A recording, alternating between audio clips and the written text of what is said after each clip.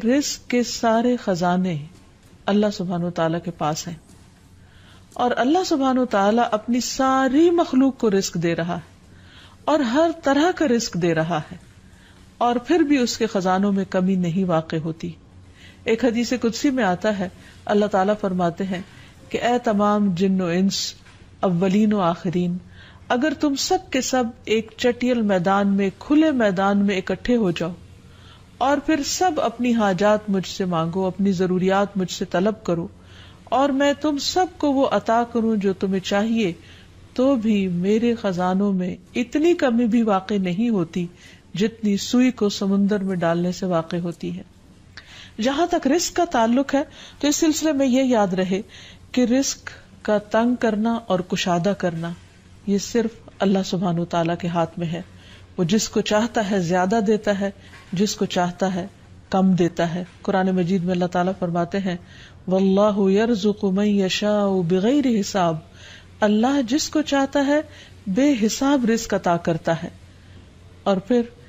اگر وہ کسی کو زیادہ نہیں دیتا، اس پر رزق تنگ کر دیتا ہے، تو بھی اس میں اس کی اپنی حکمت اور مصلحت کار فرما ہوتی ہے.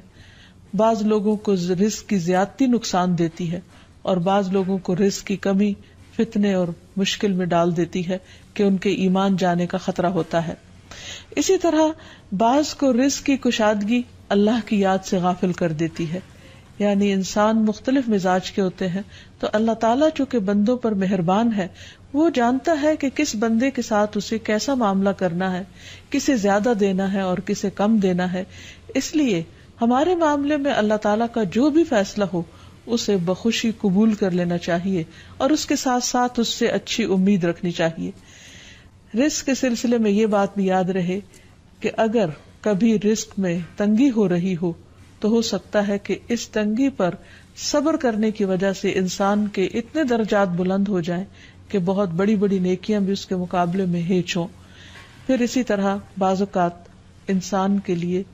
ناشکری رزق کی تنگی کا ذریعہ بن جاتی ہے، تو اس سے بھی انسان کو پرہیز کرنا چاہیے. خواہ انسان کے پاس تھوڑا ہی ہو تو بھی اس پر اللہ تعالیٰ کا شکر ادا کرنا چاہیے، کیونکہ اللہ تعالیٰ کا وعدہ ہے لَإِن شَكَرْتُمْ لَأَزِيدَنَّكُمْ، اگر تم شکر ادا کرو گے تو میں تمہیں اور زیادہ عطا کروں گا. کیونکہ ہر انسان جس کے پاس جتنا بھی ہے وہ عموماً کمی کا رونا روتا رہتا ہے. اسی لیے ہمیں یہ سکھایا گیا ہے کہ رزق کے معاملے میں ہم یعنی دنیاوی معاملات میں اپنے سے نیچے والوں کو دیکھیں کہ ان کے پاس کیا ہے. تو انسان کے پاس جو کچھ بھی ہو، انسان اس پر راضی ہو سکتا ہے، مطمئن ہو سکتا ہے، خوش ہو سکتا ہے، اور اللہ تعالیٰ کا شکر گزار ہو سکتا ہے. اور یہ ہمیشہ یاد رکھے کہ اصل میں الرزاق تو اللہ تعالیٰ ہی ہے.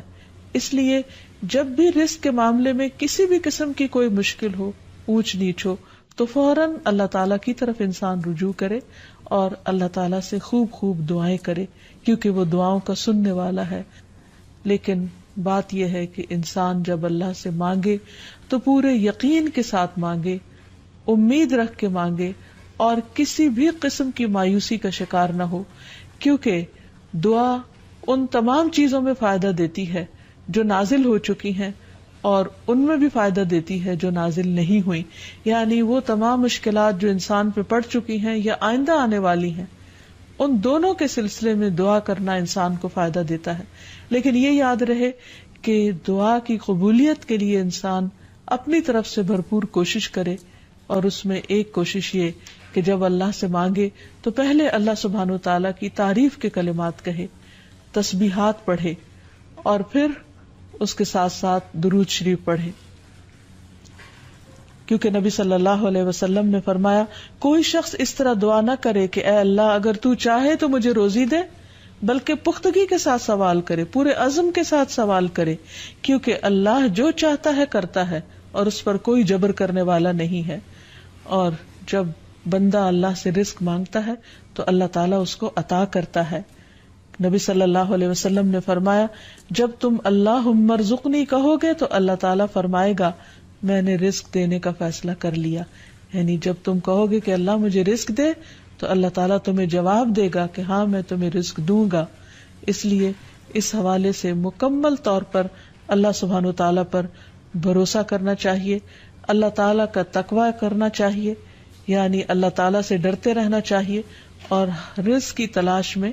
حرام راستے اختیار نہیں کرنے چاہیے، کیونکہ اللہ سبحانہ وتعالیٰ کا وعدہ ہے وَمَن يَتَّقِ اللَّهَ يَجْعَل لَّهُ مَخْرَجًا وَيَرْزُقْهُ مِنْ حَيْثُ لَا يَحْتَسِبُ، جو اللہ کا تقوی اختیار کرے گا اللہ تعالیٰ اس کے لیے مشکل سے نکلنے کی کوئی راہ ضرور بنا دے گا، اور اس کو وہاں سے رزق عطا کرے گا جہاں سے وہ سوچتا بھی نہیں ہوگا، یعنی اس کا وہم و گمان بھی نہیں ہوگا، اس کا خیال بھی نہیں ہوگا۔ اللہ تعالیٰ غیب سے ایسے اسباب پیدا کر دے گا جن کے بارے میں انسان نے کبھی سوچا نہ ہوگا، لیکن شرط یہ ہے کہ جب انسان کے اوپر آزمائش کا وقت ہو تو اس وقت وہ اللہ تعالیٰ سے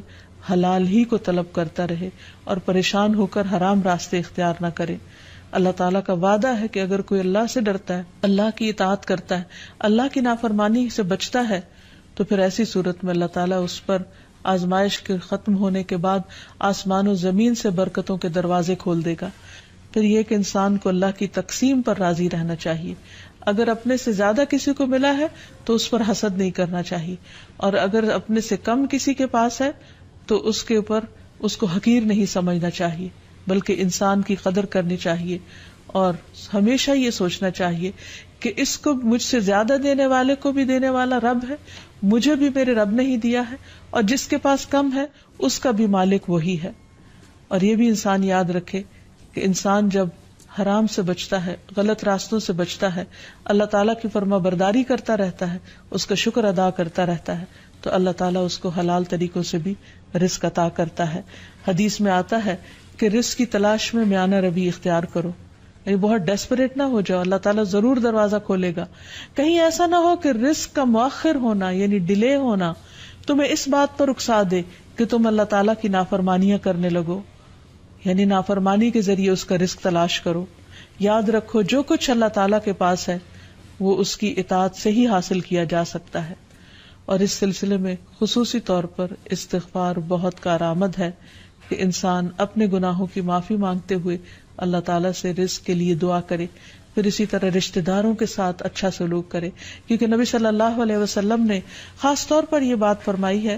کہ جو شخص یہ چاہتا ہے کہ اس کی عمر دراز ہو اور اس کے رزق میں وسعت ہو تو اسے چاہیے کہ وہ صلہ رحمی کرے، یعنی اپنے رشتہ داروں کے ساتھ اچھا سلوک کرے۔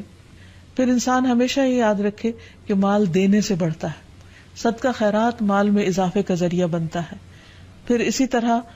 خرید و فروخت میں سچ بولنا مال میں برکت پیدا کر دیتا ہے، اور جھوٹ مال کی برکت کو اٹھا دیتا ہے۔ اور پھر خاص طور پر انسان رزق کے لیے دعائیں کرتا رہے، کیونکہ سارے خزانے تو اللہ کے پاس ہیں، وہ جب جس کو جتنا چاہے عطا کر سکتا ہے۔ اس کے لیے نبی صلی اللہ علیہ وسلم کی سکھائی ہوئی مسنون دعائیں بہت ہی بہترین ہیں۔ نبی صلی اللہ علیہ وسلم ہر روز صبح فجر کی نماز کے بعد یہ دعا پڑھتے تھے، اللہم انی اسألک علما نافعا ورزقا طیبا وعملا متقبلا، اے اللہ میں تجھ سے علم نافع، طیب رزق یعنی پاکیزہ رزق اور مقبول عمل کا سوال کرتا ہوں، یعنی ایسے عمل کی توفیق دے جو تیرے ہاں قبول ہو جائے، تجھے پسند آ جائے۔ اور اس کے ساتھ ساتھ انسان کو حرام سے بچنے کی دعا کرنی چاہیے۔ اس سلسلے میں آپ صلی اللہ علیہ وسلم نے جو دعا سکھائی وہ ہے اللہم اکفنی بحلالک عن حرامک واغننی بفضلک عمن سواک، اے اللہ اپنے حلال کے ذریعے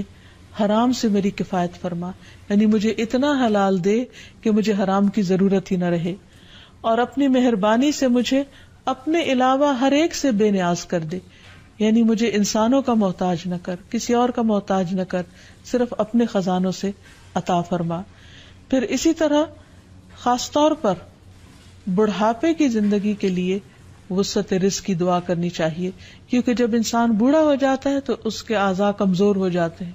وہ اپنے لیے خود کچھ کمائی نہیں کر سکتا، وہ دوسروں پر ڈیپینڈنٹ ہو جاتا ہے، تو اس وقت وسیع رزق کی دعا سکھائی گئی۔ فرمایا اللہم اجعل اوسع رزقک علی عند کبر سنی وانقطاع عمری، اے اللہ جب میں بوڑھا ہو جاؤں اور میری عمر ختم ہونے لگے تو میرے رزق کو وسیع کر دے۔ اسی طرح اپنے لیے اور اپنی اولاد کے لیے وسیع رزق کی دعا کرنی چاہیے، جیسے ابراہیم علیہ السلام نے دعا کی تھی، ربنا انی اسکنت من ذریتی بواد غیر ذی زرع عند بیتک المحرم ربنا لیقیموا الصلاة فاجعل افئدة من الناس تہوی الیہم وارزقہم من الثمرات لعلہم یشکرون۔ اے ہمارے رب، بے شک میں نے اپنی کچھ اولاد کو اس وادی میں آباد کیا جو کسی کھیتی والی نہیں، تیری حرمت والے گھر کے پاس، اے ہمارے رب، تاکہ وہ نماز قائم کریں۔ سو کچھ لوگوں کے دل ایسے کر دے کہ ان کی طرف مائل رہیں، اور انہیں پھلوں سے رزق عطا کر تاکہ وہ شکر ادا کریں۔ اور آخر میں یہ بات یاد رہے کہ انسان کے رزق میں اکثر اس کے اپنے گناہ رکاوٹ بن جاتے ہیں، اس لیے جب انسان ان گناہوں سے توبہ کرتا ہے، استغفار کرتا ہے، تو اللہ تعالیٰ رزق کے دروازے کھول دیتے ہیں، جیسے اللہ تعالیٰ کا وعدہ ہے۔ قرآن مجید میں آتا ہے، نوح علیہ السلام نے اپنی قوم سے کہا کہ اپنے رب سے معافی مانگ لو، بلا شبہ وہ بڑا معاف کرنے والا ہے، وہ تم پر آسمان سے خوب بارشیں برسائے گا اور تمہاری مال اور اولاد سے مدد کرے گا، تمہارے لیے باغ پیدا کرے گا اور نہریں جاری کرے گا۔ تو اس سے یہ پتہ چلتا ہے کہ دنیا میں جتنی بھی راحتیں اور رزق کی قسمیں ہیں، ان سب کی کنجی استغفار ہے۔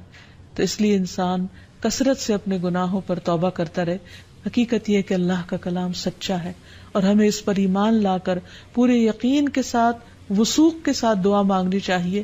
کہ ہم انشاءاللہ استغفار کریں گے تو آسمان سے اور زمین سے رزق اگلنے لگے گا، ابلنے لگے گا۔ اللہ تعالیٰ ہمیں اپنی رحمتوں سے نوازے۔ اور استغفار کے لیے سمپل، اے اللہ مجھے بخش دے، اے اللہ مجھے معاف کر دے، اے اللہ میرے اگلے پچھلے سارے گناہوں کو معاف کر دے، اللہم اغفر لی، استغفر اللہ ربی من کل ذنب واتوب الیہ۔